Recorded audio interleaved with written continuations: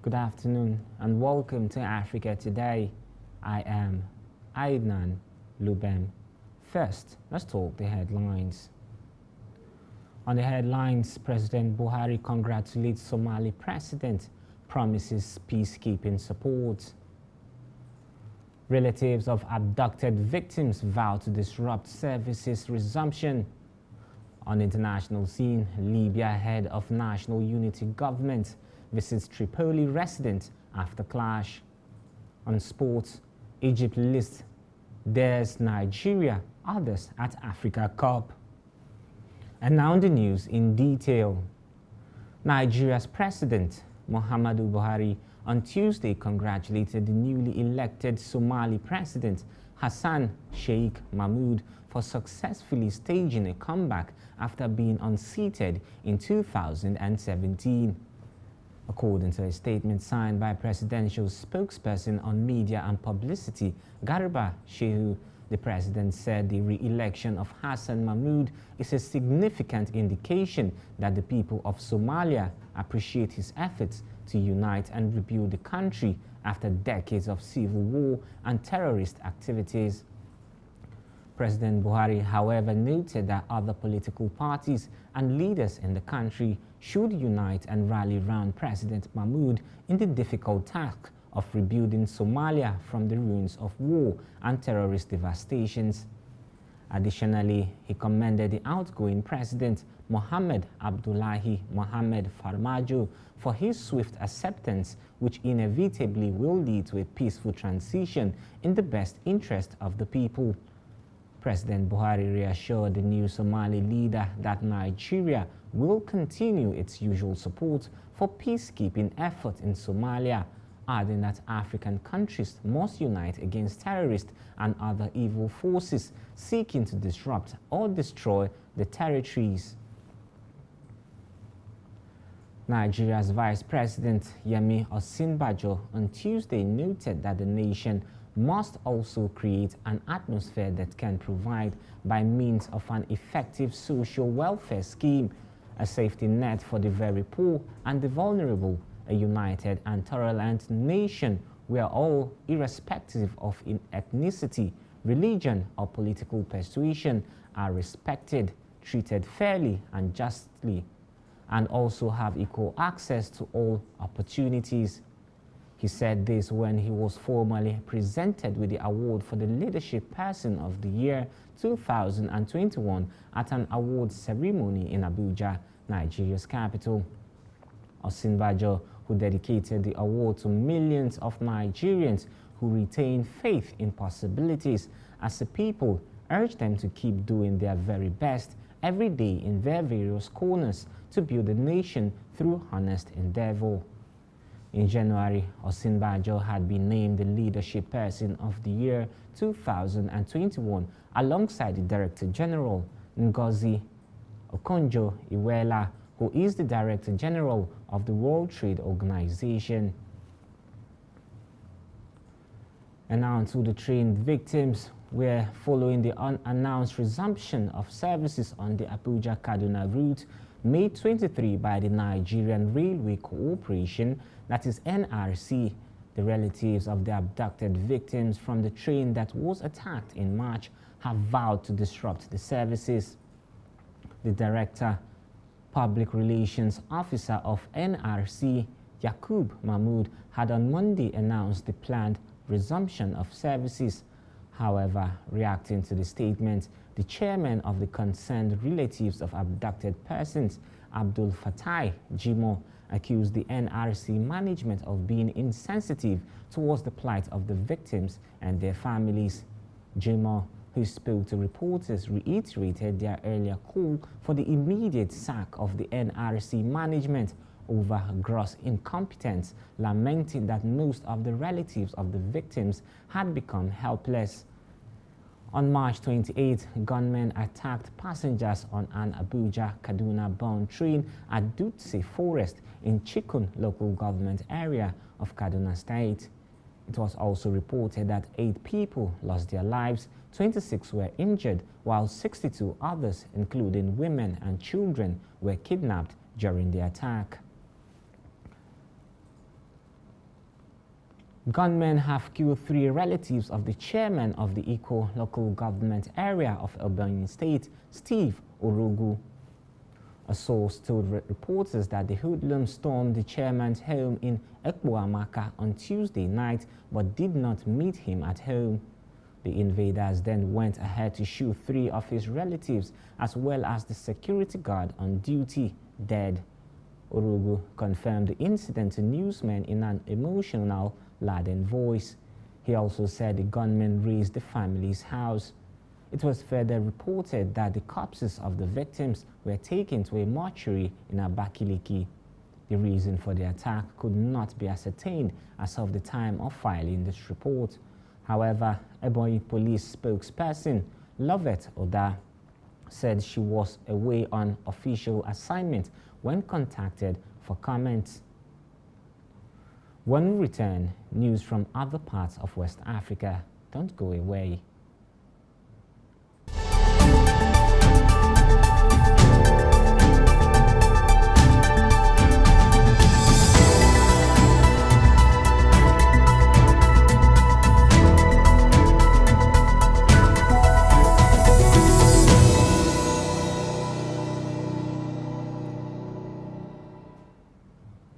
Welcome back. You're still watching news from Africa Today. And now to other parts of Africa. Police authorities have said 1 person died and 5 others are receiving treatment after a group of protesting youth stormed a police station in Ghana's northern town of Nkoronza. The police, in a statement on Wednesday, said the protesters also freed some 6 suspects from police cells during the chaos. According to reports, the protest on Tuesday followed the killing of a 28-year-old suspect by police during an operation targeting armed robbery suspects in the area.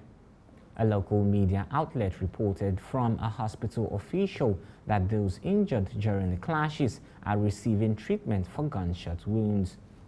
The official said 1 patient was in a coma with a bullet stuck in his chest and released a video showing damaged vehicles at the police station moments after the attack.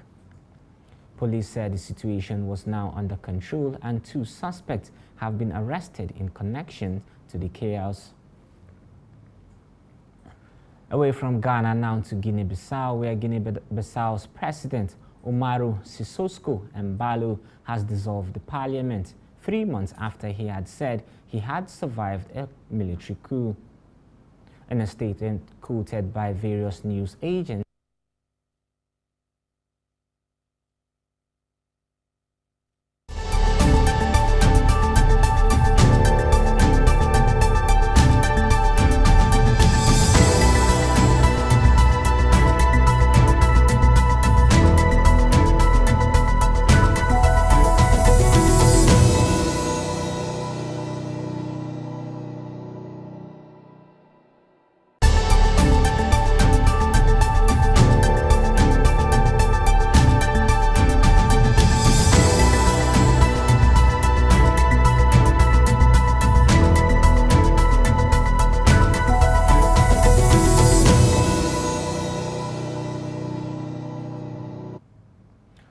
welcome back. Thank you for staying with us. Still talking news from Guinea-Bissau. The President, Sissoco Embalo, has said the National People's Assembly has defended and protected, under the guise of parliamentary impunity, deputies heavily indicted for crimes of corruption, harmful administration, and embezzlement. According to reports, Embalo dismissed the government but kept both the Prime Minister and his deputy in place in order to keep things running until the next legislative sessions. Guinea-Bissau has seen more than a dozen coups or attempted coup since independence in 1974. Shooting broke out in the capital in February and 11 people were killed in 5 hours of fighting. The president said there had been an attempt on his life, but some later questioned his version of events. We now move to other parts of Africa. And now to Libya, where the president of Libya and the Libyan heads of National Unity Government, Abdul Hamid Deiba, has met with residents of the capital in Tripoli, which was rocked early on Tuesday by gunfight after protests of the rival Tobruk-based government withdrew following heavy fighting between opposing militias. Hours after clashes between backers of two rival administrations in Libya, signs of the gunfight were still visible in the capital. It was gathered that Tripoli residents woke up to scenes of destructions in different parts of the city, and children stayed at home as the Education Ministry announced schools would remain closed. During the day, the Prime Minister of the Government of National Unity, Abdul Hamid Deiba, met with inhabitants. It is an attempt by his rival Fatih Bashaga to seat his government in the capital that triggered the clashes. Bashaga arrived in Tripoli with a number of cabinet ministers on Tuesday, although he later withdrew, citing the security and safety of citizens. According to reports, Libya's eastern-based parliament appointed Bashaga 3 months ago. Lawmakers argued Deiba's mandate had ended and cited his failure to hold presidential elections in December. Deiba has since refused to hand over power except to an elected administration. 3 men accused of war crimes took to the stand for the first time during a special criminal court, that is SCC session in the Central African Republic. The court, a hybrid body of local and foreign magistrates set up in 2015 with the United Nations backing, is to render judgment on alleged war crimes and crimes against humanity committed since 2003. The defendants are former members of the 3Al militia, which is accused of the massacre of 46 villagers in northwest CAR in May 2019. They face a long list of charges which include murder and torture. The 3R, which means Return, Reclamation and Rehabilitation, is one of CAR's most powerful armed groups, drawn mainly from the Fulani ethnic group. One of the poorest and most volatile countries in the world, the CAR plunged into civil war in 2013, largely along sectarian lines. Violence fell back in intensity in 2018, but as recently as early 2021, where 2/3 of the countries lay in the hands of armed groups spawned in the conflict. Reports show that President Faustin Archange Touadéra's weak government has struggled to impose order in the vast country. Observers have predicted that the upcoming Kenyan presidential general elections will be a fierce battle. The contest between William Ruto and Raila Odinga, the Azimio La Umoja coalition nominee. Odinga has just lost an ally, and it was earlier reported that Kalonzo Musyoka, who was Odinga's running mate in 2013 and 2017, accepted to run for president under the Wiper Party banner, leaving the Azimio La Umoja coalition. On the same day, Odinga officially picked former Minister Martha Karua to serve as his running mate. The Karua and Odinga ticket is backed by the Azimio La Umoja coalition, formed ahead of the August 9 election. The coalition brings together Kenyatta's Jubilee Party, Odinga's Orange Democratic Movement, and a dozen other political groups. President Uhuru Kenyatta, who has already subjected to term limit, has chosen to side with his former rival, Raila Odinga. However, if Kalonzo Musyoka's presidential bid is validated, it will be the latest candidate in a contest already recording over 40 presidential aspirants. Over 7,000 candidates will reportedly vie in the August general elections.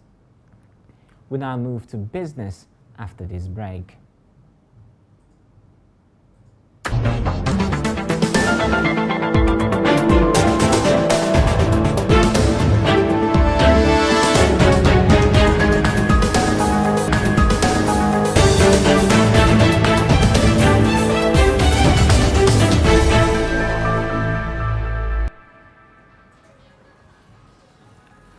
Welcome back, and now for some business news. The Central Bank of Nigeria, that is CBN, has said the value of Nigeria's international trade deficit rose by 175.13% from $152.94 million in January 2022 to $420.79 million in March 2022. The International Trade Summary on the CBN's website shows that the total value of international trade was $28.77 billion in Q1 of 2022, with imports at $14.77 billion and exports at $14.01 billion, showing a total trade deficit of 764.69 million naira. In January 2022, export was $4.7 billion and import was $4.89 billion, with a trade deficit of $152.94 million. The value of the trade deficit increases further in February 2022 to hit $190.96 million, with exports at $4.70 billion and imports at $4.89 billion. A massive increase is recorded by March 2022 at $420.79 million trade deficit, with exports at $4.57 billion and imports at $4.99 billion. The CBN Governor Godwin Emefiele had said in June last year that the country would cut down its import bill in the first quarter of 2022, particularly with the functioning of a new refinery, which would reduce Nigeria's oil imports. He said by the time the refinery goes into production by the first quarter of next year, the country would have reduced its importation by about at least close to 35%. Away from the CBN now to NERC, the Nigerian Electricity Regulatory Commission, that is NERC, has clarified that reviews do not automatically translate into an increase in electricity tariffs. The electricity market regulator made this known in a statement titled Notice of Compliance in respect of the biennial review of the revenue requirement of licenses, published earlier on Tuesday. According to the NERC, where the impact of improved efficiency in operating parameters for individual licenses exceeded the impact of changes in macroeconomic parameters, and users might be reduced as exhibited in some tariff classes under the multi-year tariff order, that is MYTO 2022. The clarification came following backlashes that greeted recent reports at an increase in tariffs by the electricity distribution companies, that is DISCOs. The Commission notified that in compliance with the Electric Power Sector Reform Act, that is EPSRA, and other extant industry rules, it would commence the processes for the July 2022 minor review of the MYTO 2022 to consider changes in relevant macroeconomic indices, generation capacity, and capex required for evacuation and distribution of the available generation capacity in compliance with extant rules. Away from Nigeria now to Egypt, where the Egyptian Prime Minister Mustafa Madebouly has announced a series of planned privatization of state-owned companies as the country struggles with an economic crisis and inflation at almost 15% in April.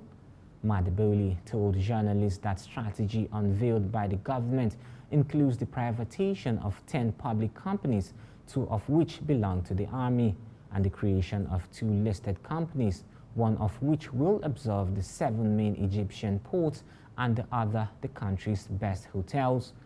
While there are no credible figures on the weight of the military in the economy, the Army claimed in 2019 to supervise more than 2,300 projects employing 5 million civilians. These announcements had been expected since early May, when President Abdel Fattah al-Sisi had called on his government to establish a privatization strategy with the aim of bringing 10 billion euros per year over a period of 4 years into the state's coffers. Madbouli had earlier said the complete empowerment of the private sector by 2025 was part of Cairo's strategy to deal with economic crisis, and called for private sector participation in total investment to be increased to 65%, more than double of the current 30%. This week, the Central Bank of Egypt's Monetary Committee will meet amid widespread expectation of further devaluation in response to the U.S. Central Bank interest rate hike. Cairo is in discussion with a new loan in the International Monetary Fund, that is IMF, as the country's budget of around $160 billion is burdened by public debt that reaches 90% of GDP. Still to come on Africa Today is sports. Don't go away.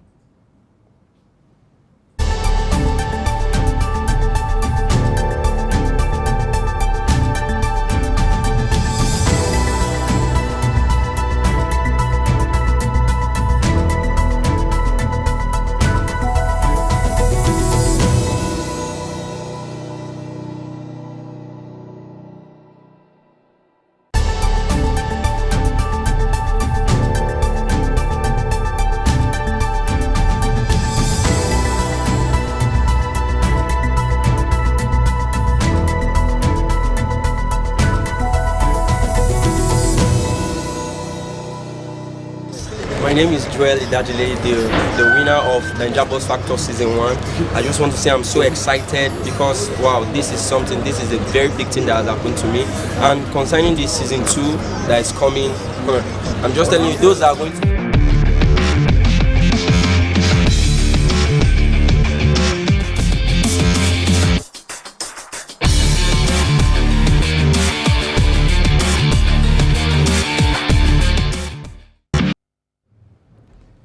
Good afternoon and welcome to Sport News on Africa Today.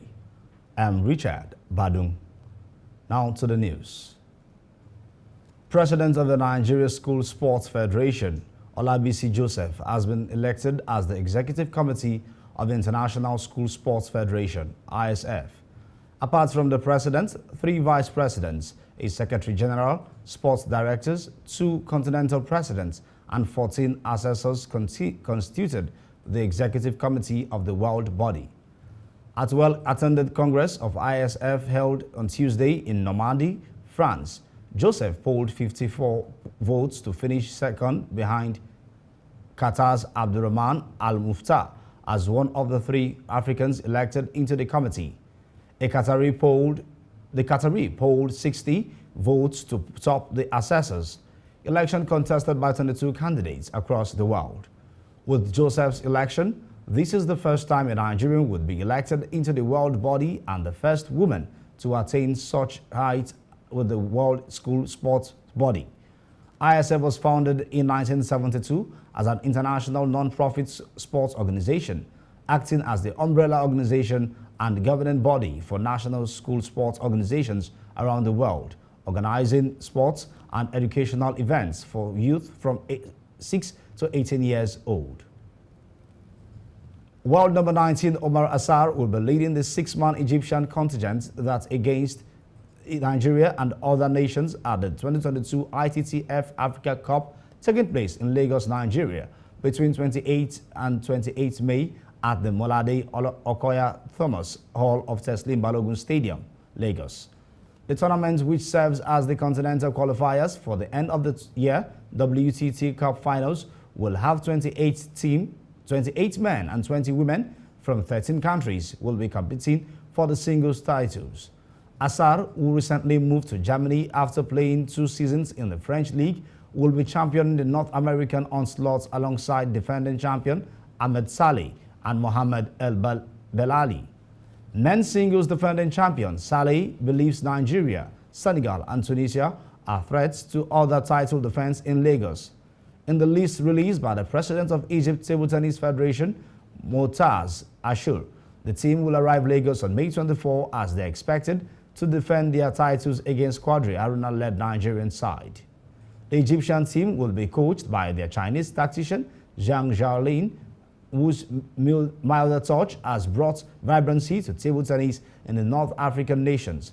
Players from Ghana, Cote d'Ivoire, DR Congo, Congo-Brazzaville, Tunisia, Algeria, Cameroon, Kenya and Togo are expected to compete in the three-day high-ranking points tournaments.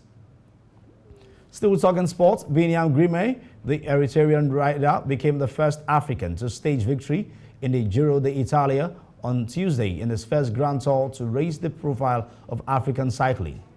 It was gathered that the 22-year-old Grimme outsprinted none other than Mathieu van der Poel, one of the top riders in the sport, to win the 10th stage of the Giro.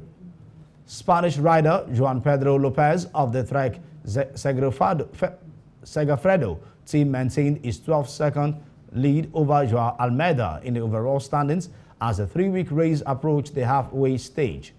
Romain Bardet, who was 14 seconds back, a professional since 2020, he has 8 victories to his name, including 3 in the current year alone. And at the end of March, he became the first African to win a classic, that is Gent-Wevelgem. Despite this win, Binyam also suffered an injury from an unforeseen accident that occurred during the ceremony. Grimme also was injured in the eye by a bottle cap he had just shaken and had to go to the hospital for treatment. Nigeria's national under-20 male football team on Tuesday overpowered Cote d'Ivoire in the first semi-final match to reach the final of the ongoing WAFU B under-20 championship in Niamey, Niger. The 2-1 victory not only gave them a ticket to today's final match, but also came a ticket to next year's Africa Under-20 Nations Cup scheduled for Egypt. Midfielder Daniel Daga put Nigeria in front after only 5 minutes when he cleverly escaped the attention of the Ivorian defenders to nod in from a well-weighted pullout.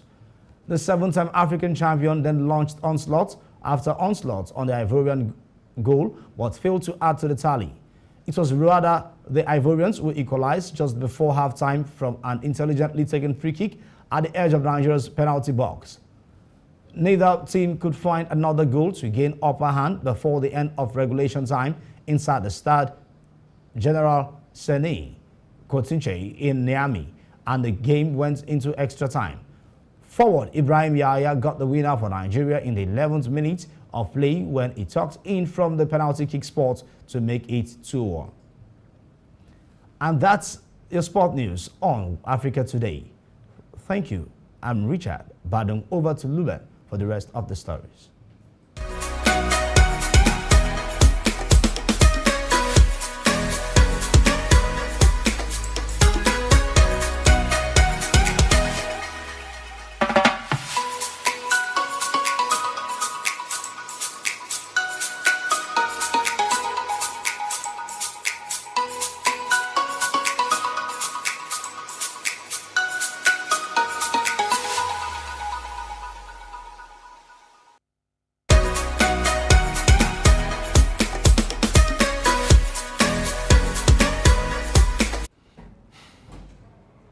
Thank you, Richard, and back to the rest of the news.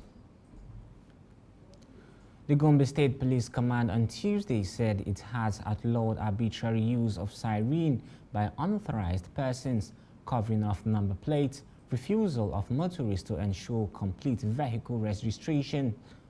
Findings show that the state accounts for the increase in the indiscriminate use of covered plate numbers among our commissioners, local government chairmen, and politicians, especially when they are in transit.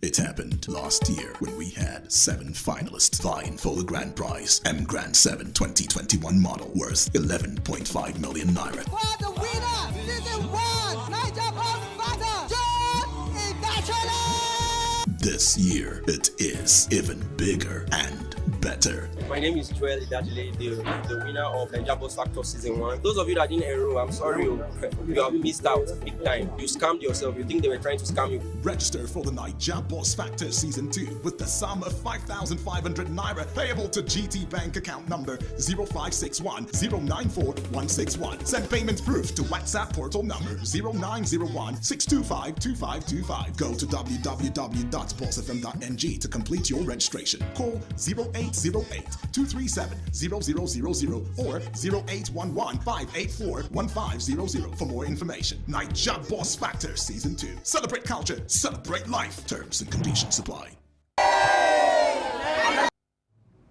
Welcome back and thank you for staying with us. And that's Africa Today. But before we go, here are the headlines once again.